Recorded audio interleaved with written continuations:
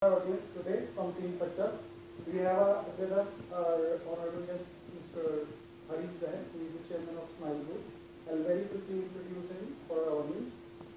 Harish Bahl, a serial entrepreneur, has successfully founded some of the leading e-commerce and digital media companies in India and other emerging markets in the space of e-commerce, digital media, and new technology.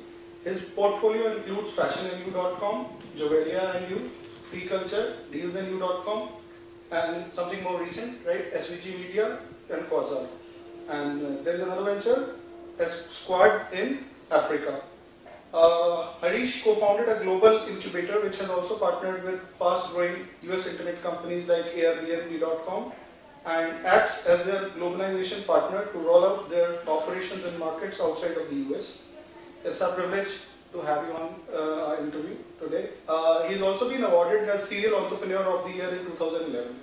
So over to Mr. Harish. Hi, hello sir. Welcome to our platform. My first question is, how would you like to define Harish Bahl in one word? Entrepreneur. Okay. So I think it's more than entrepreneur, serial entrepreneur. And that's 2 words, right? You said 1 word. Okay. So from advertising to serial entrepreneurship, how has the journey been? So it's actually, it's always been entrepreneurship, right? It's just that in the digital industry, the first venture was more in the digital media space, but it's always been entrepreneurship. So I would say, before I got into digital industry, I was more in the business of building bulletproof cars, which is not related to this, but in the entrepreneurial journey within the digital industry started more with the services industry. So where we built a media and a creative services company, which was then later acquired by WPP, majority stake. We still have minority holdings in that business. So I think it's always been entrepreneurship. I've never done a job anywhere. I think the first set of the companies that we did were more, I would say, services oriented and less consumer oriented. But then you went on a spree. People restrict themselves to one business, something like that. I think the multiple businesses you are handling, which is a big thing. So I think that's basically that's been our business model, and at Smile, I think we've always been like a promoter group who's in the business of you can maybe call us a business builder. Okay. So identifying good opportunities, identifying good teams, partnering with good venture partners or global companies, and then building businesses. So that has been our business model, and I think everything that we've done has been in line with the core mission of the group. Okay. Then, which of the Smile Group ventures is closest to your heart in that? It's a very, that's a tricky one. I don't think I can give any answer to that. I would say a lot of people would say that whichever makes the maximum money, but honestly that's not how we look at it. But say there are businesses, you must have incubated something early on which has, landed the group where it is today. So like they say, the first success leads to the second and the third. Everything has played its own role, so it will be unfair to pinpoint anyone. I would say rather that the Smile as a brand name is closest to my heart. Okay. Basically, which in a very diplomatic way means that I said all the businesses because finally Smile is a shareholder in all of them, and Smile has been one of the founding partners for all of them. So I think it will be unfair to say that there is more.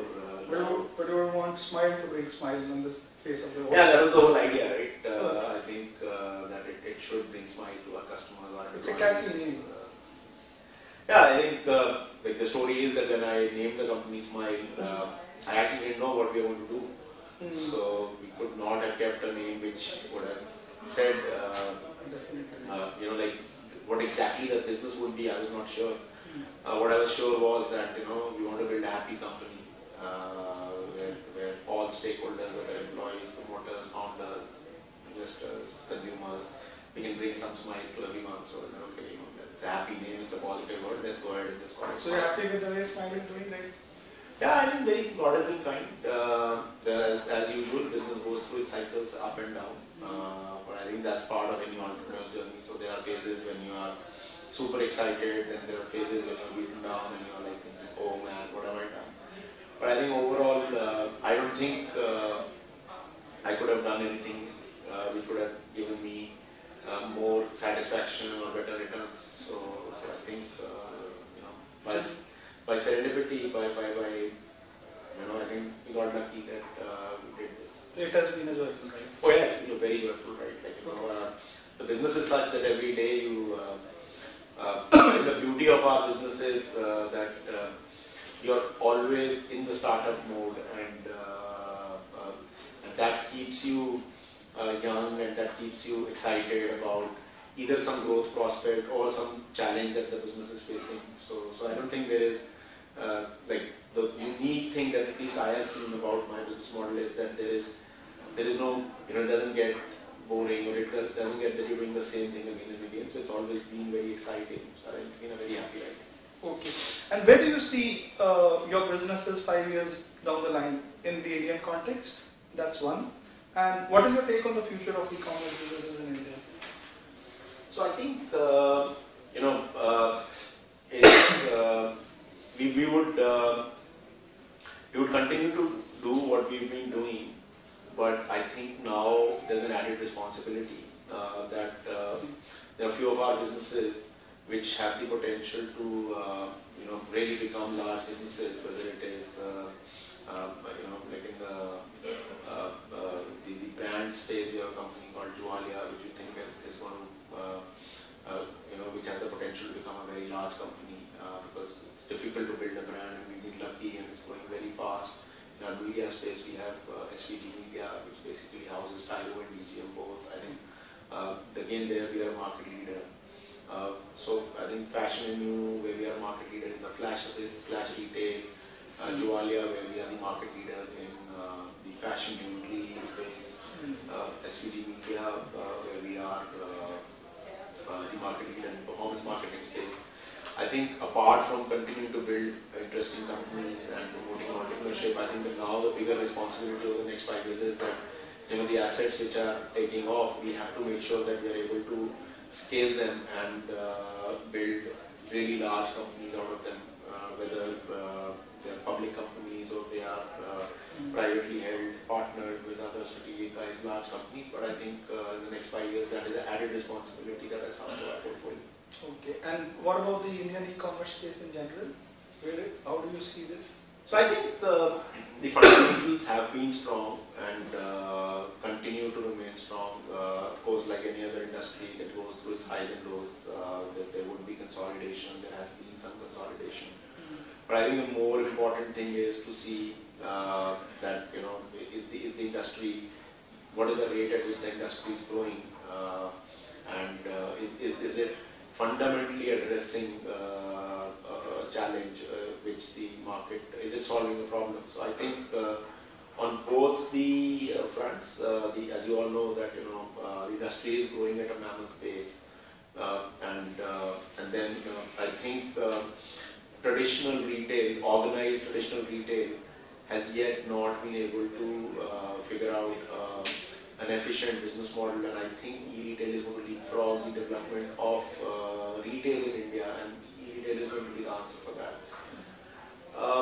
Yes, I think there will be two kinds of companies. One, companies which will be, I would say, more horizontal players who will build very large top line, and probably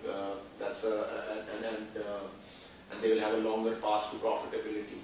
And then I think there is space for focused, verticalized companies who are addressing a particular kind of business model format or a category, who would I would say have a shorter path to profitability, but will be relatively not as huge as companies. That's probably how the horizontal guys would be. What we are also seeing is that we have two businesses which are not e-retail businesses, but I would say brands which are being built primarily on the digital platforms, right? So FREECULTR is one of our companies, which is I would say, which is a brand which was born out of internet. So like most brands are born on the offline space and then go to online. It's one of the few brands which has been born on the digital space, and of course then is expanding into all formats of retail. And similarly, Juvalia, right, which is trying to disrupt the direct selling multi-level market through a very high degree of m-commerce. So I think the opportunity is not just restricted to e-retail. Rather, I would say there's an equally big opportunity to build brands which are really leveraging the digital platforms, whether internet or mobile. And I think building brands is a more difficult, more risky business. But if you get it right, then it's a more sustainable, more scalable, more profitable business model in compared to a pure play retailer. For the long term. Okay. Then your secret formula for sustaining the economic and business challenges while starting at one of the most testing times, I must say, and against the odds, as far as the online buying behavior in a country like India is concerned? I think secret formula, I would say, stay humble, have a lot of perseverance, don't lose faith in tough times, don't get arrogant in good times, and speed to market, right? Like the biggest difference between startups and established organizations is their ability to move fast and their ability to think out of the box and quickly implement it, because otherwise large organizations probably have a bigger brand name, more capital, more talent, they have everything. I think one thing where startups beat the large established setups hands down is how out of the box they can think and how fast they can execute it. So I think the sticking to those basics is what I think. If you call it a secret formula, I don't think there's anything secret in it. Okay. So from your own experiences and mistakes, what are the few most important things that are important for a startup business to jump the cliff and then set its place in the sun? So I think I would say it's two. So first of all, I think the analogy that I can relate to is that startups are like the pub business, right? So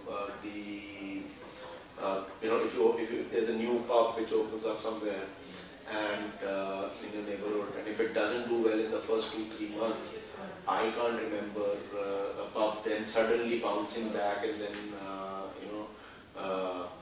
becoming the hottest pub in the town, right? So I think it's very important that your startup sees some initial momentum, and I'm not saying that if it is not seeing initial momentum means that you need to have lack of perseverance and shut shop and move on.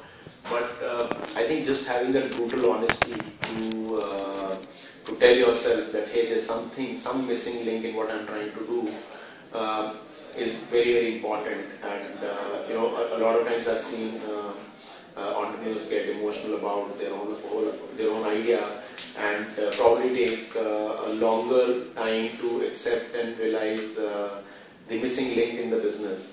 So I would say just being honest to yourself, calling a spade, and making sure that in the first phase of the business, if you have something good, you would see something like you will see momentum in the business. I'm not saying that the business would be strong from every perspective, but there will be something which will be like really taking off.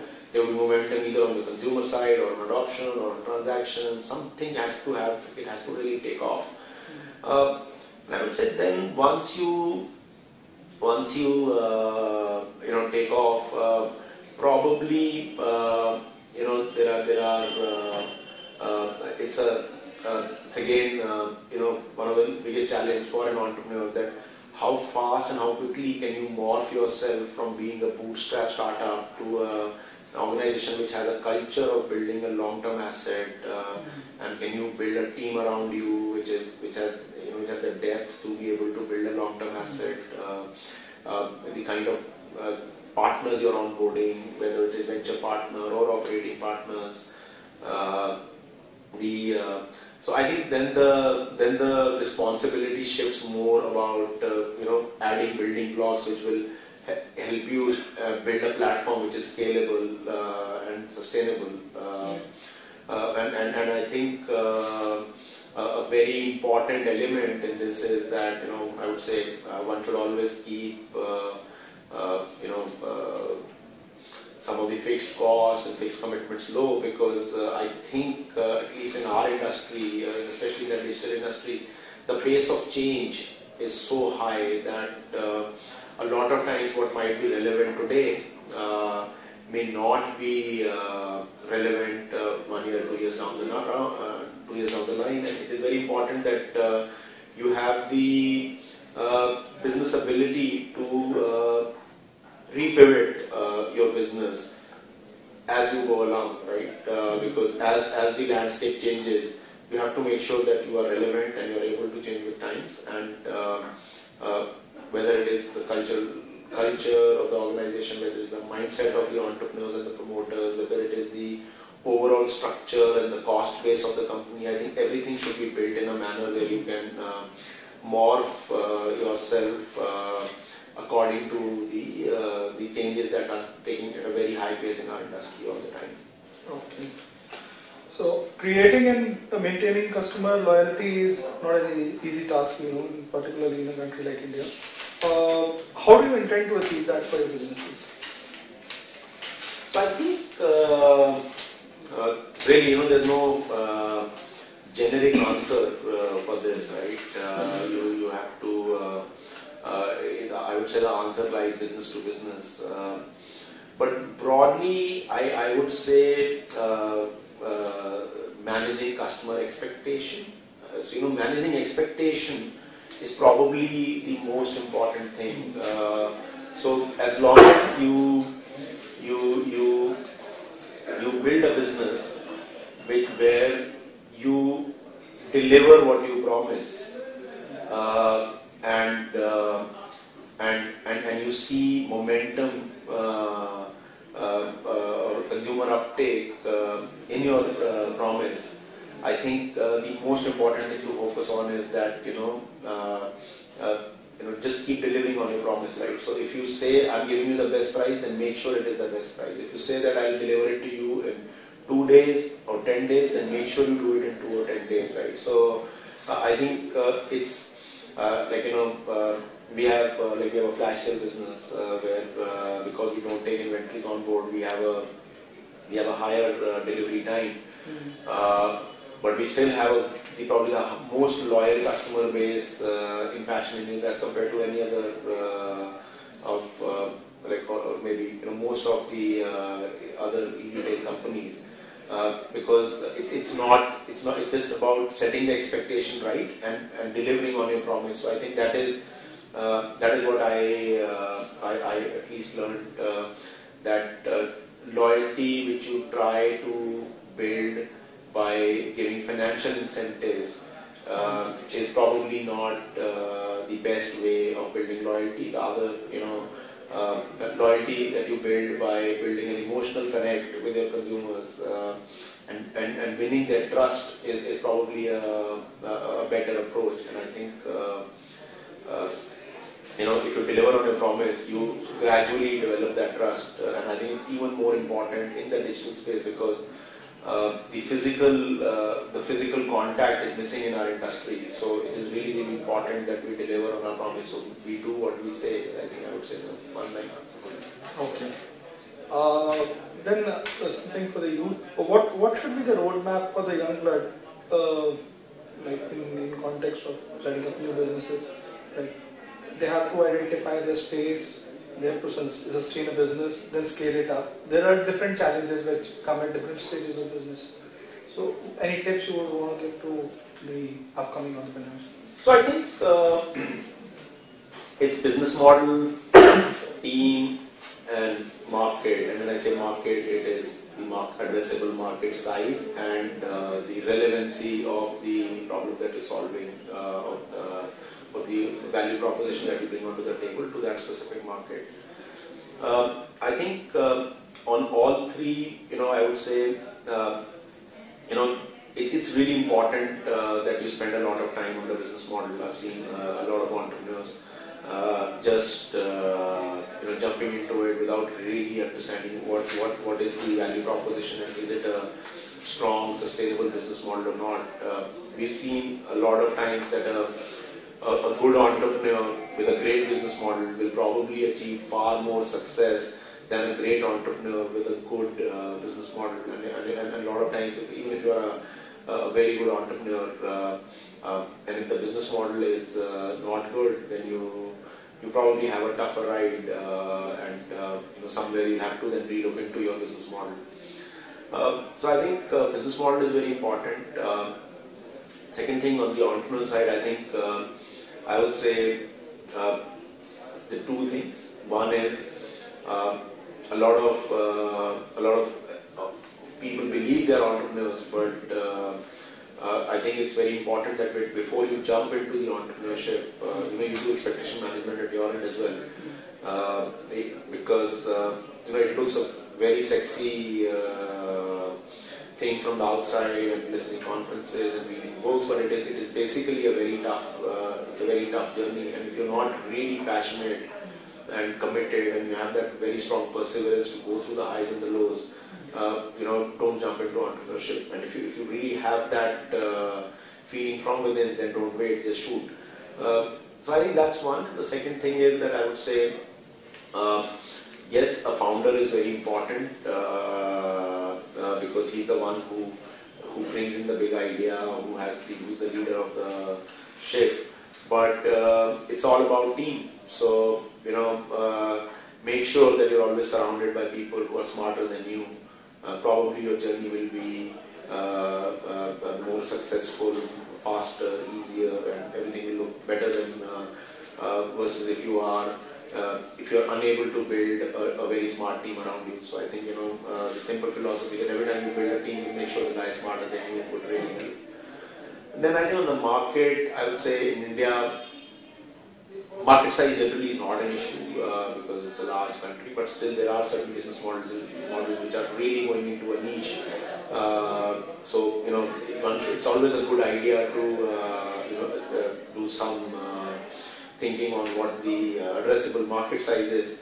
And second, I would say the relevancy, right? Because a lot of times we get influenced by the something which is probably taking off in the Western world or some other market, but may not have cultural relevance or may not be a very good cultural fit to our market or our market dynamics. So I think these are the two checks that one should look at from a market perspective. So I think business model, team, and market, those are three things I would say that one should consider before jumping into entrepreneurship. And your take on the recent association with WPP India? So I think WPP has been a very, very strong key partner for us. Our relationship with WPP started when they acquired 75% stake in Quasar. And then we've been extending it since then. We partnered with them to roll out their digital business in Sub-Saharan Africa, which is now the largest Sub-Saharan digital marketing company squad. So I think we've had a good journey. We have a lot of respect for WPP. I think they trust us and they like us as partners. And the association with Ogilvy was an extension of the same partnership. Okay, then from college student to an entrepreneur, how difficult do you think it is for someone, and who should aim at entrepreneurship? I mean, probably you answered a lot of it in my previous question that I asked. But then people know it's going to be difficult. How do they do that self-judgment that if I'm made for it or not? Look, I don't know because I've only been an entrepreneur. I've never done a job. Someone from college, someone fresh out of college, because these days you find a lot of people getting into, So look, there is no right time to become an entrepreneur. The big misconception that, oh, am I too young to become an entrepreneur is wrong. I would rather say the younger the better, right? If you look at in the last 10 years, the biggest companies that have been created, I would say 80-90% of them have been created by people who were sub 30 or a lot of times even sub 25. So I think age is not a barrier. What is more important is probably the things that I mentioned before about the business model, the big idea.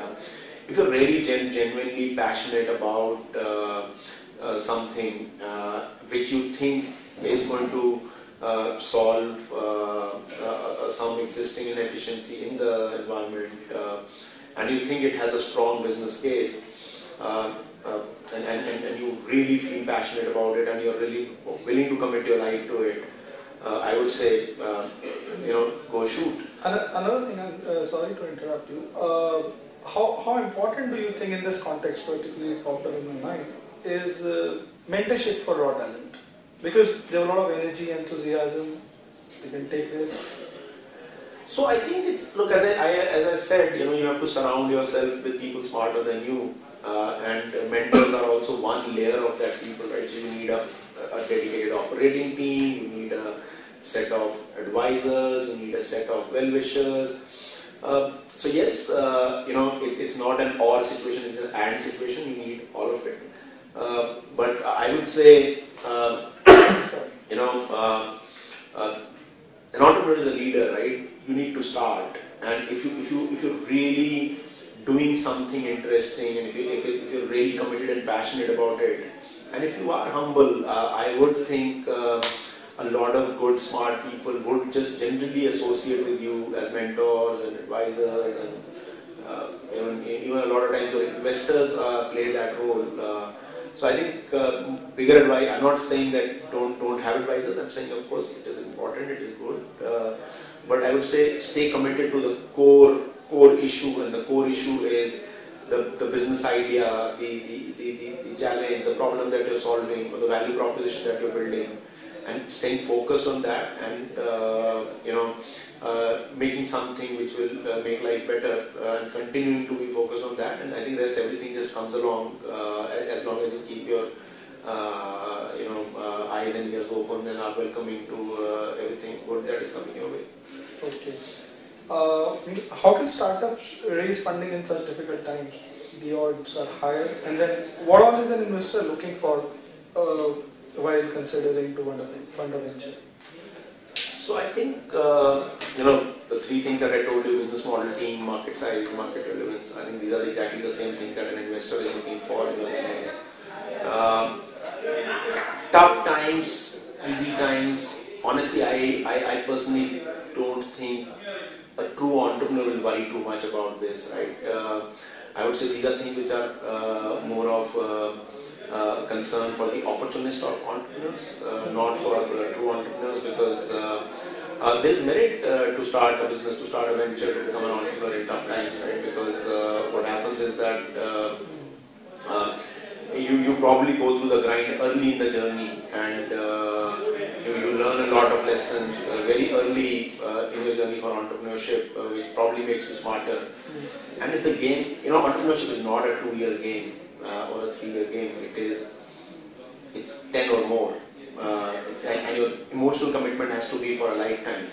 So if that be the case, it doesn't really matter at what cycle are you at what stage of the cycle you are entering, when the tide is low or when the tide is high, because that's a cycle, right? So highs and lows will keep coming. I think just focusing on the core business proposition and staying committed and staying humble and staying nimble and having a very strong perseverance and faith and being very honest to yourself and to your team that if it's working, then it's working. If it's not working, then also because honesty is not just about the regular way we think about honesty, but honesty is also about how honestly can you communicate your business challenges to yourself, to your team, to your investors, to everybody. So I think just focus on these things and don't worry about the cycle, whether it is good times, bad times. They follow each other all the time. And then towards the end, any tips for Fuchchas who wish to start their own venture? I think we've gone through some. Yeah, I think it's exciting times. We are in a country which is a huge country, lot of opportunities. We are in an digital industry which is changing the rules of the game. Lot of disruption happening, lot of new businesses coming in. So I think we are all lucky to be born in this era. I don't know whether our fathers and grandfathers were lucky to be in an era like this where there were so many opportunities. The venture industry never existed here. The India growth story was not so hot. I think the education system was such that we were not very globally aware, which I would say internet has made us all very global citizens. So I think everything is spot on, right? It's the right time to do entrepreneurship. So if you have that big idea, go shoot. Okay. So we would like to thank Mr. Harish Bahl for joining us today, and we hope that Smile Group continues to bring cheers to all the stakeholders, employees, investors, and the customers. Thank you, sir, for joining us. Thank you so much, and best of luck for Fuccha as well. Thank you.